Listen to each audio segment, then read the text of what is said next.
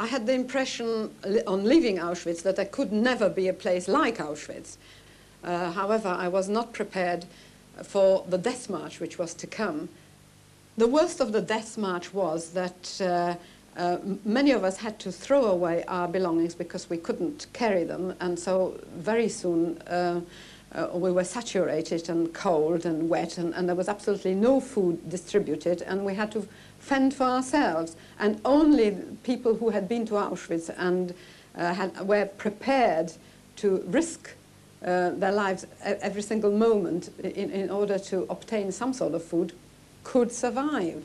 And I thought that I could not possibly live through these last 6 months, having seen many of the very tough girls who had been in Auschwitz 2 years and even 3 years lag behind during the death march and were simply clobbered to death by being left behind.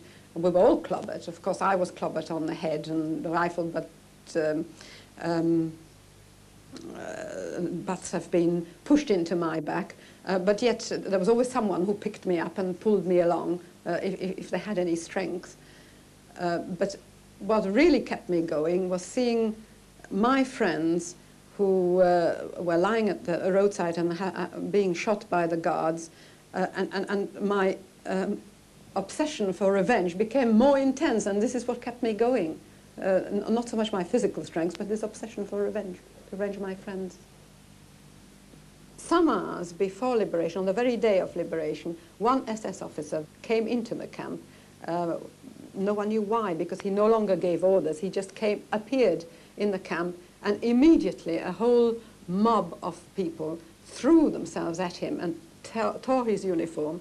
And I was terribly weak at that time, and I was just watching the SS stores just across the electrified fans, and there were all these marvelous loaves, you see, staring at me, and of course I knew I couldn't touch the electrified fence, but I knew that at the moment of liberation, this is where I was going to go, for bread, nothing else.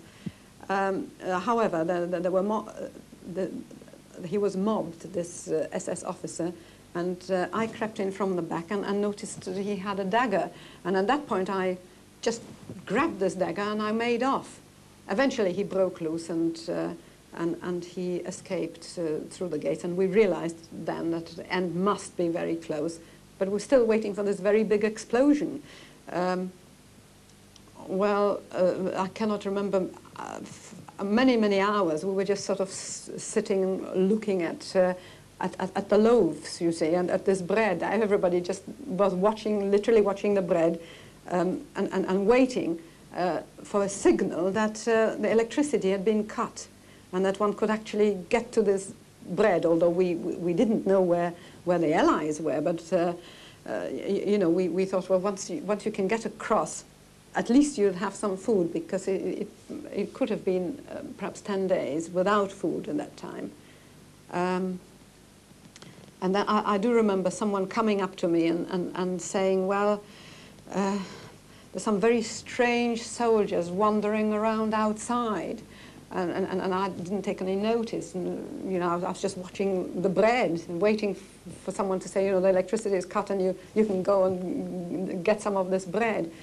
And then eventually, of course, the gate swung open and these soldiers came in, and you know, most of us were very dazed to realize what had happened. We had never seen these particular uniforms before. And of course, there were the Americans who came to liberate us. But at point of liberation, I made a dive for the bread. That I remember very clearly, that a lot of people were very weak and could hardly walk, and they threw themselves at the soldiers. But I threw myself at the SS stores, and I came out with a handful of bread, and I was mobbed, you see, and I succeeded in just having a little tiny piece of bread, which I ran with immediately to my mother, and we just sort of had something to eat after 10 days, and it was a fantastic feeling. Perhaps the best feeling of all, just being able to have some food.